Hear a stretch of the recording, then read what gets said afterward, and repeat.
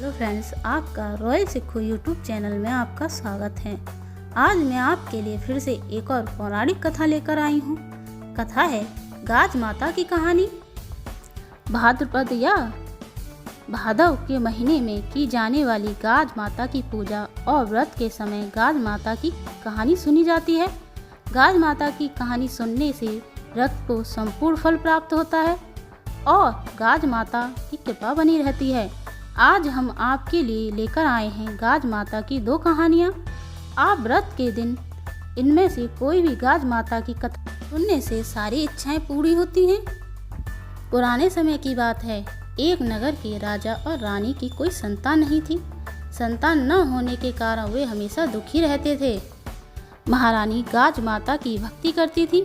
एक दिन रानी ने कहा कि हे गाज माता, यदि मेरे गर्भ रहता है तो मैं आपके हलवा और पूरी की कढ़ाई कर दूंगी। गाज माता ने अपने भक्तों की बात सुनी और उसे पुत्र प्राप्ति का वरदान दिया।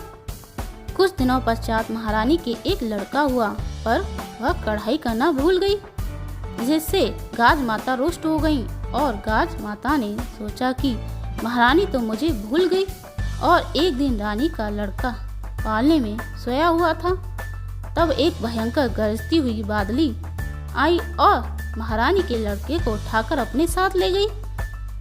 बादली ने लड़के को जंगल में छोड़ दिया। उस तरफ से एक भील और भीलन जंगल से गुजर रहे थे, तो उन्होंने पालने में एक छोटे बालक को सोते हुए देखा। भील और भीलनी के भी कोई बच्चा नहीं था, इसलिए वह बच्चे को देखकर अत्यंत प्रसन्न हो गए और उस अपने साथ ले गए।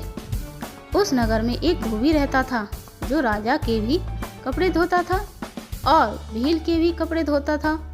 जब वह धोबी राजा के महल गया तो उसने देखा कि वहाँ शोर हो रहा है कि गाज माता महारानी के लड़के को उठाकर ले गई। तब धोबी ने कहा कि आज उसने एक लड़के को भील के घर पालने में सोते हुए देखा था। जब राजा को यह बात पता चली तो उसने तुरंत भील को अपने महल में बुलवाया और भील से पूछा कि तेरे घर में लड़का कहाँ से आया। तब भील बोला, मैं गाज माता का व्रत करता था तो मुझे गाज माता ने बेटा दिया है। इस पर राजा और रानी को याद आया कि हमने गाज माता को कढ़ाई करने का बोला था, लेकिन हमने कढ़ाई नहीं की। इस कारण गाज माता ने हमसे हमारा बेटा ले लिया। तब महारानी ने कहा कि हे गाज माता, मेरा बेटा मुझे वापस दे दो। मैं जितनी कढ़ाई के लिए कहा था उससे दोगुनी कढ़ाई करूँगी। और गाज माता का खूब धूमधाम से पूजन किया। तब गाज माता ने प्रसन्न होकर उसका लड़का उसे वापस कर दिया। भील और भीलनी के यहाँ भी बहुत धन दौलत एक सुंदर से पुत्र की प्राप्ति हुई।